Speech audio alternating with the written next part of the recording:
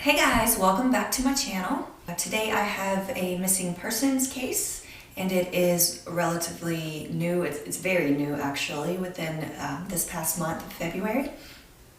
And I wanted to, cover this one because it kept popping up in my feed on Facebook and online, on the news, everywhere. So I figured I'd give it a little bit of push out there into the public to see if anyone had any information. I do want to prelude with this by saying that I mean no harm or ill will toward anyone mentioned in this video.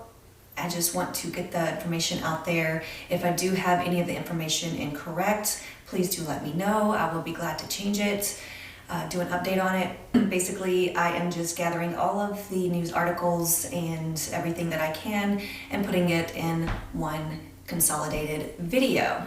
So before I get into the video, I would like to know you guys' thoughts. Would you rather me do older cases that kind of have seemed to be pushed aside, or the more active ones? I am a little apprehensive of doing the current active ones just because, one, they're ongoing. There's new information almost daily in these, kind of like the JJ and Tylee missing children. I was going to do that one actually today, but it just now started getting good, basically. So I thought I'd give it a week or two to try to get a little more information, as much as I could anyway, to try to put everything together, because it is a whirlwind of information. This one that I'm going to do today is, like I said, relatively new.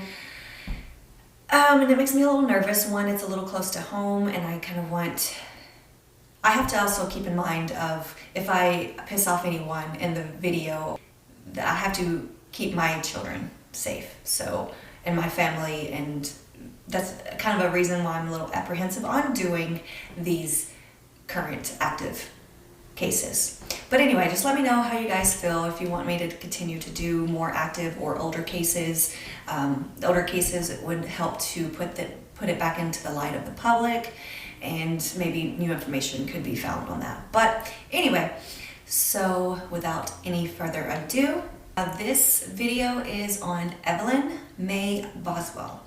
She's a 15-month-old toddler. The mother is Megan Boswell, age 18, and the father is Ethan Perry, age 20. Now, Megan does have full custody of Evelyn due to the fact that Evelyn's father, Ethan, is in Louisiana on active duty in the Army. More key players in this case are going to be mentioned. It's Tommy Boswell Sr., which is Evelyn's grandfather. He's age 50. Her grandmother, which is 42. Her name is Angela Boswell. And Tommy and Angela are divorced, so they're no longer together. So they had two children, which were Megan Boswell and Tommy Jr. Boswell. I didn't find a whole lot of information on Tommy Jr. I could have probably dug a little bit deeper. Probably should have, but just know that he is the uncle to Evelyn, which is Megan's brother. Now, also comes into play is William McLeod, age 33. This is Angela's boyfriend, so Evelyn's grandmother's boyfriend. Now, also should say that I was talking about the custody of Evelyn. Megan has full custody. Ethan and Megan are not married. They're, I guess, just living their separate lives. He's in the Army, she's in Tennessee. Now, this case does come out of Tennessee. It's in Sullivan County, Tennessee, which is basically East Tennessee. So, comes February the 18th, 2020, in which Evelyn is reported missing by her grandfather, stating that he has not seen her since Thanksgiving of 2019.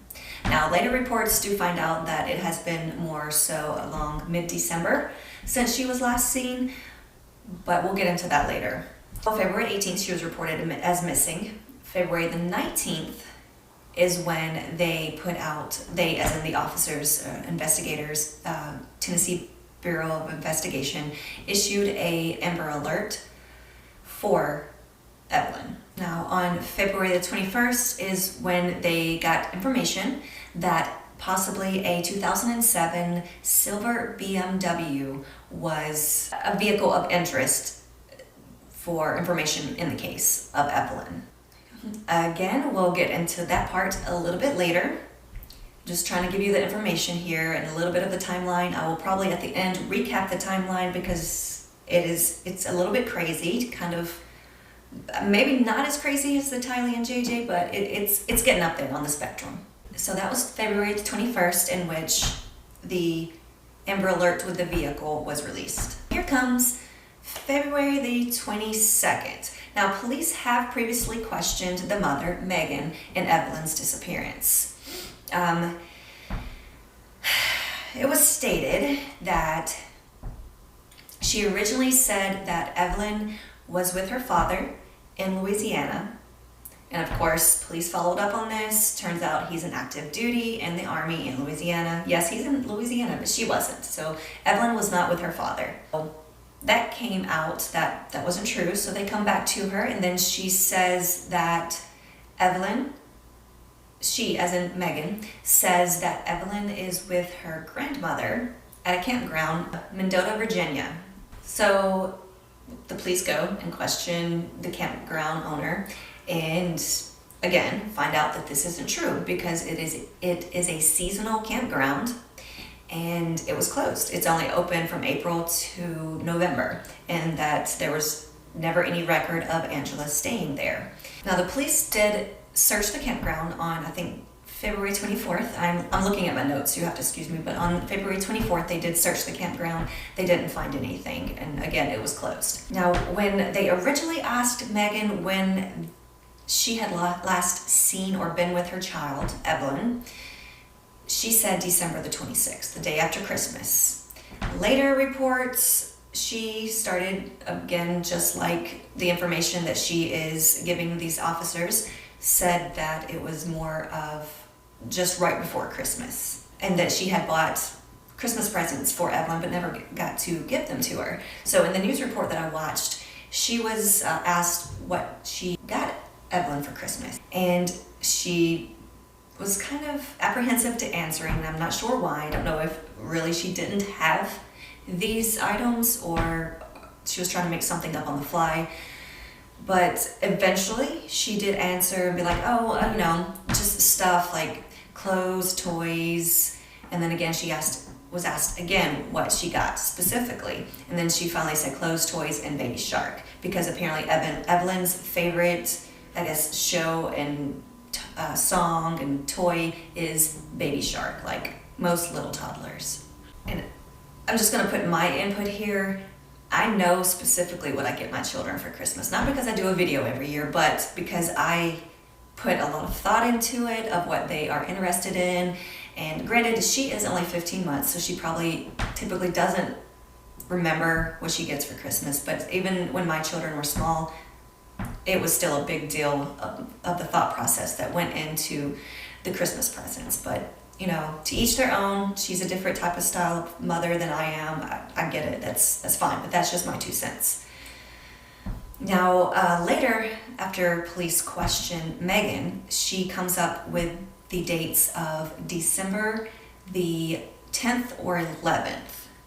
And with all this, I guess, conflicting information, the police finally kind of narrow it down to more so of the 9th or 10th of December, maybe even the 1st. It was reported that a babysitter last saw Evelyn on December the 9th or 10th. Now, I haven't found any records or any articles or anything mentioning who this babysitter was or what her statement said or she released or anything like that. I couldn't find anything on the babysitter because I figured if she's the last person that has actually seen her in Tennessee, then they need to put a little bit more emphasis on questioning her. Not necessarily that she did anything, but she was the last person to have seen her. And then here comes another change with the statements from Megan. Now she is saying, so the father's story didn't pan out, the campground story didn't pan out, so now she is saying, or she has previously stated, I don't know what she's saying now currently, but the third statement that she gave the officials was that Evelyn was with a babysitter and she knew exactly who had her, but she has not released this information. She was questioned as to why she wouldn't release the name and why she waited so long. She waited 2 months before anyone, not her, but before her father reported her daughter missing. That's crazy, but no judgment here, just let's go with the story. When she was questioned on this information of why it took so long, she said that she knew who had her daughter, and she was afraid that once the investigation started or once all this came out, that this person would run with Evelyn and they would just vanish. Seems a little suspicious to me. If someone has my child, I'm gonna do everything in my power to get her back. But again, that's just me. There was also another report that Megan knew that Evelyn was with her mother, and that her mother became very upset whenever the missing child, the Amber Alert, was put out, and was kind of going off on her, Megan, for that missing person report. I don't know on that, but again, my daughter, I'm gonna do everything I can. Again, that's just my personal opinion. Okay, so let's get into, I guess, the other players in the story. So Ethan Perry is Evelyn's father, again, stationed in Louisiana for active duty in the Army. Police have said that he's been very cooperative. He's actually, last I heard, looking to go on leave and be more help to the search and be here in Tennessee to assist further in this search. Now, he claims he was not in contact with Megan prior to Evelyn's disappearance. He doesn't know a lot of information on her disappearance, but he is trying to do everything possible like a real father should do. Now, he is on Facebook. He's pretty active on Facebook, as much as he can be on active duty, and sharing things for the search and information that he has, letting everyone know that he is being cooperative with the investigators. Angela Boswell. Okay, so let's get to, I think it is the same day that the Amber Alert involving the vehicle was put out. Later that evening, the vehicle was located in North Carolina, Wilkes County, North Carolina. I can't think of the town right now. It's in my report somewhere, but I'd have to go reading through it. But it was located, and it was being driven by William McClout, which again, if you remember in the beginning, is Angela, Evelyn's grandmother's boyfriend. So Angela was also with William. They located the vehicle and they immediately took Angela and William in custody for theft and other probation violations and held on bond. Evelyn was not with them. So I guess then they question them. I don't know, I haven't read any reports on their statements, theirs as in William and Angela's statements, as to where they thought Evelyn may be. In regards to the vehicle, William said that he thought the car was a gift from Megan to Angela, and he wasn't aware of the Amber Alert. Now, this is corroborated later, I do believe in a way, kind of, by Megan. In the news article, she says she's not going to get into that whenever she's asked on pretty much anything, but it was purchased by Megan. Okay, let me say purchased by Megan for Angela. Now, when I say purchased, it means that she did not follow through with her part of the deal, and that's why the vehicle was reported as stolen. It was taken, basically. She didn't pay for it. I do believe it was registered to a ex-boyfriend of Megan's as well. Now, Tommy Sr., which is Evelyn's grandfather, Megan's father, is the one, again, that reported Evelyn as missing. He hadn't seen her since Thanksgiving of 2019. He has also been very cooperative with the police, not so much the media, but I guess that's not really necessary for the public to know as long as the officials know. But he has offered up $10,000 of his own money or his company's money for the return of Evelyn. Now to date, as I am recording this video, which is March the 1st, the Tennessee Bureau of Investigation has gathered about 800 leads, or tips, not necessarily leads, but tips in this case. There are a few that they have released, one of them being that it was a possible sighting of Evelyn with her grandmother Angela in a KFC in North Carolina. So the officers are working on getting the CCTV footage from that KFC, and at this point, like I said, as this is recording, I have not seen the results of that, seeing if they were able to locate and corroborate that she was sighted. Now this was a few weeks prior to her being reported missing, I do believe. So even now, even current, there hasn't been any sightings other than this, possible sightings anyway, other than this. So in regards to the other tips that have come in, on February the 26th, apparently a tip came in that led investigators to search a pond located on a family member of William McLeod's property. So I think it was Mary McLeod, his grandmother. This was in Shepherd's Crossroad, North Carolina. That search basically came back inconclusive, but I do believe the reason why maybe it was put in as a tip, if you can find this news coverage of this grandmother talking about William McLeod, that paints a perfect picture of this William McLeod, and it's pretty sad. But she basically, and I'm going to paraphrase it, I'm not going to put it in the video here because I don't want to step on any toes with copyrights or anything, but she basically said, based on William's past and his record, that she wouldn't put it past him to do something terrible. So that is so terrible and sad for Evelyn, and also for William. He is only 33 years old. He's still relatively young, but you know, people go down the wrong path. Now I will say that, I guess I should go back here. Now all the family members have been arrested at one point in time for some type of criminal activity in one way or another. Now Angela and William have previous arrest records for drug usage, being heavily into drugs. I know William also had some assault charges and things of that nature. Same with Tommy Sr. and Tommy Jr. There was, I think it was 2012, that they were arrested for attempted murder, where they hit someone with their car and then got out and started beating the poor guy. I don't know backstory on that. I didn't dive into that much, just basically wanted to focus more so on the case of Evelyn and her investigation rather than the family's backstory.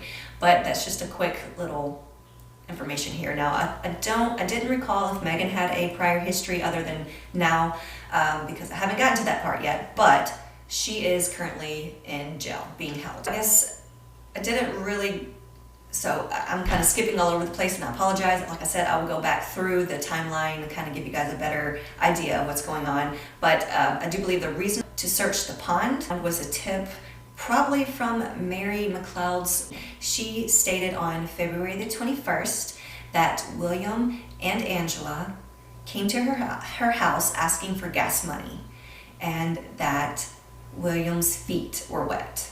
So I'm assuming that's why they searched the pond. Now I do believe that she stated in her statement that pipe had burst or something along the lines of that.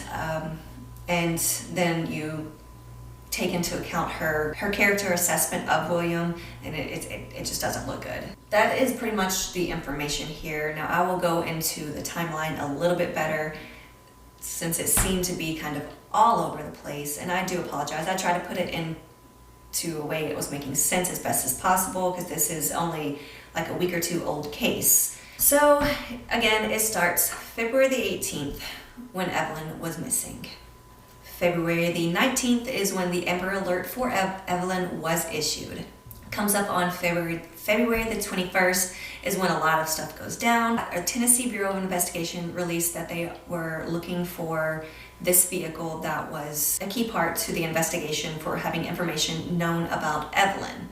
That was the 2007 silver BMW, which was found later that night on February the 21st. So February 21st was also the day that media finally were able to speak with Megan outside of the courthouse, in which she had stated that she knew who had Evelyn at this time and that she was afraid to contact the police because she was afraid that they would run with her. The vehicle was located on that same evening of February 21st, in which Angela and William were arrested for theft. February 22nd, the next day, Evelyn's law was petitioned, and this law states that it would make it illegal for parents or guardians to report a missing child after 24 to 72 hours, because we all know that the most critical time in a missing child is those first few hours. Now, after 3 days or more, it gets way more difficult to locate this child, especially alive. So within those 24 to 72 hours, it's really imperative that they are reported as missing so the officers can do the work that they need, do the follow-ups, do the investigation, basically start the investigation. So this Evelyn's law has been petitioned in front of the Tennessee State Senate. Okay, so February 24th, Angela is extradited back to Tennessee, and she has since, I can't remember, I think it was Friday, so the 28th. The 28th is, I'm skipping ahead in the timeline, I do apologize, but Angela has since been released on bond, so she bailed out. Also on February 24th is when the campground information comes up from Megan. Anyway, basically she's saying that her mother took Evelyn to a campground in Mendota, Virginia in a silver camper. Now, it has been reported that the police did investigate the campground on the 24th as well. And Megan had also said that her mother was going off on her because of the Amber Alert when it was announced on February the 19th.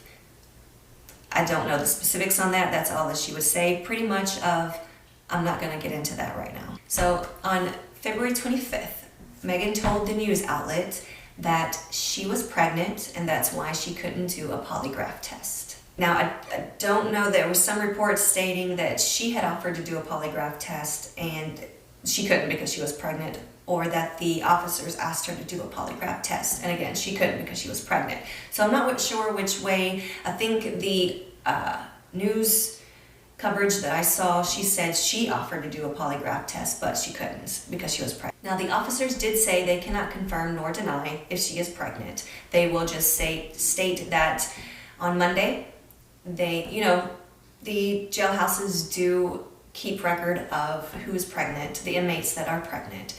And on Monday, there were 4.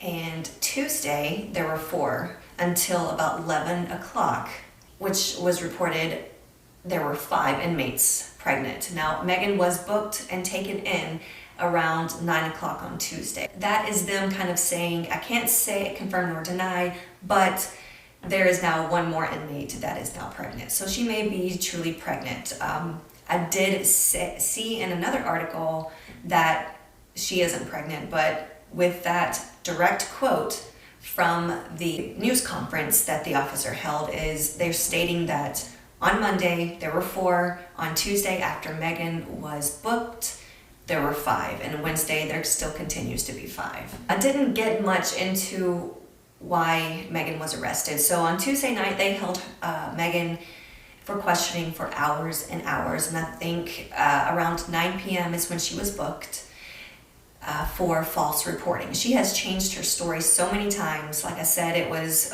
originally Evelyn's father had her, and then her mother had her, and then she was with a babysitter. She knows who she is, but she's not going to release that information. So finally the cops were like, you know what, I've had enough. You're going in. She is still in jail, being held on a $25,000 bond as of the recording of this video. That was all on February 24th. Now comes February the 26th. That's when the pond was searched due to a tip from the tip line. They did search the pond, did not find anything. They did search it with a motor-operated vehicle, and it came back inconclusive. The reason why, likely, this is my thought, the reason why the pond was searched is because William came to his grandmother's house with wet feet. I mean, it could have been a burst pipe, No one other than the people involved know. It was also on February the 26th in which William McLeod told investigators that he had only seen Evelyn 2 or 3 times since he had started dating Angela in June 2019. Now, according to Megan, Evelyn has been with her mother, Angela, which is William's girlfriend. So if you are with Angela and supposedly Evelyn is with Angela, then William would have seen her more than 2 or 3 times. But with that said, William has offered to do, or has offered his DNA and to do a polygraph test. But I haven't heard any results on that and to know if anything has come from that. Now on most recent is February the 28th, in which I guess the tips lead to an investigation of a mobile home park. Now this mobile home park this mobile home, I guess, trailer is where Angela and Megan had previously stayed. They did search the entire house of the new tenant, which is not involved in this. He's just, basically allowing the police to do their investigation. They didn't find anything in the house.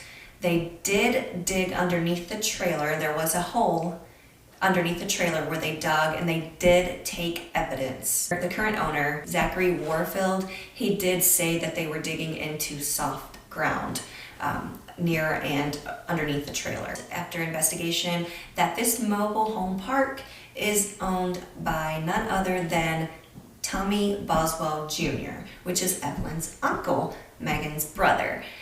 I know that Megan and Angela did live at this property previously and has now since been a new tenant for a couple months now. With all of that, this is pretty much all the information it is up to date, again on March the 1st as I am recording this. So there's no information, no other sightings of Evelyn known, no other information has been released to the media or to the public. The people that seem to want to find Evelyn the most are Tommy Sr., the grandfather, and of course the father, Ethan Perry.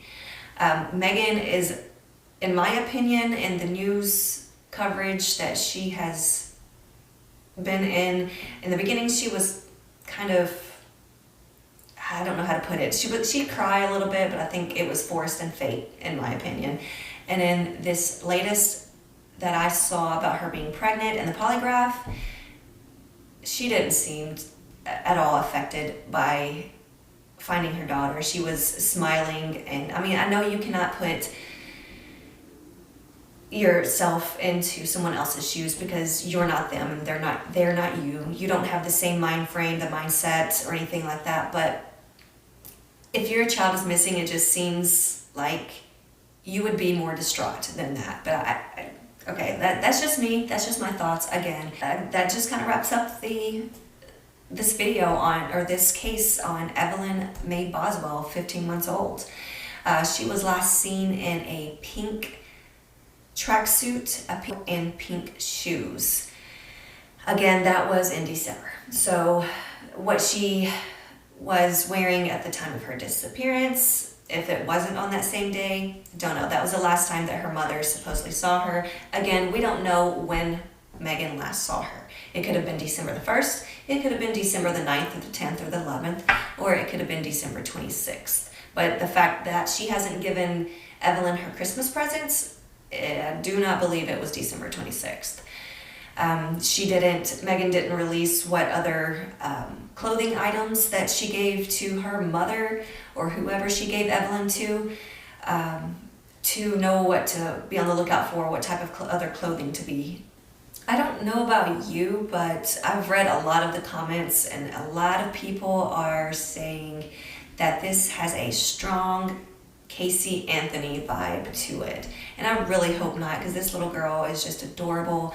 I know the area, I don't know if it's nationwide yet, but I know it goes into several states, being Virginia, North Carolina, and Tennessee. I know the East Coast are heavily praying and hoping for the return of this little girl, the safe return of this little girl. Now, I don't typically get into my opinions. I did heavily on this video, but it's something definitely fishy on it. My theories in this is that it is a Casey Anthony type case where she just didn't want to be a mother anymore, or I have three theories. That, you know, something happened to her with her mother, or she did allow her mother, Megan did allow her mother, Angela, to keep Evelyn, and something happened with that. I don't know if it was an accident. I'm just going to kind of speculate here and put something out there, that they were apparently known for drugs, and if you are familiar with people on drugs, they would do pretty much anything for their fix, and it could be possibly that they needed their fix and they agreed to either sell Evelyn for their fix, or maybe William, based on his, history, based from his own grandmother, didn't, it's a child. They're not always happy. They do cry. They do need things. They are dependent on you, on an adult. Maybe that was too much for William. Something bad happened. Again, this is all speculation. I don't know, but I'm just putting my thoughts out there, my theories. Again, none of my theories and thoughts are backed by evidence. I'm not a police officer. I'm not part of the Tennessee Bureau of Investigation. I am just a person behind a keyboard looking at all of the news articles such as you would be doing. Now, again, I want to reiterate, I don't mean any ill will or harm or anything bad to anyone in this case. It's just my thoughts, my opinions. We all have them. I would like to know what you guys think if you let me know down below. What are your theories? What are your thoughts? But do remember to please be kind in your comments, as it could always be potential that someone from the family or from this case could see this video, and I don't want it to be ill-mannered or anything. So just keep that in mind, and I do greatly appreciate you guys for watching this video. Sorry I kind of seemed all over the place. I felt like this was all over the place with all the conflicting information. I completely understand why the officers are just kind of fed up and they don't really know what's going on themselves, with all the conflicting information from Evelyn's mother, the one person that is supposed to be in care of this child. If you do have information on Evelyn, you can contact the tip line. I will post it here below. And as always, if you liked this video, please don't forget to hit that like button,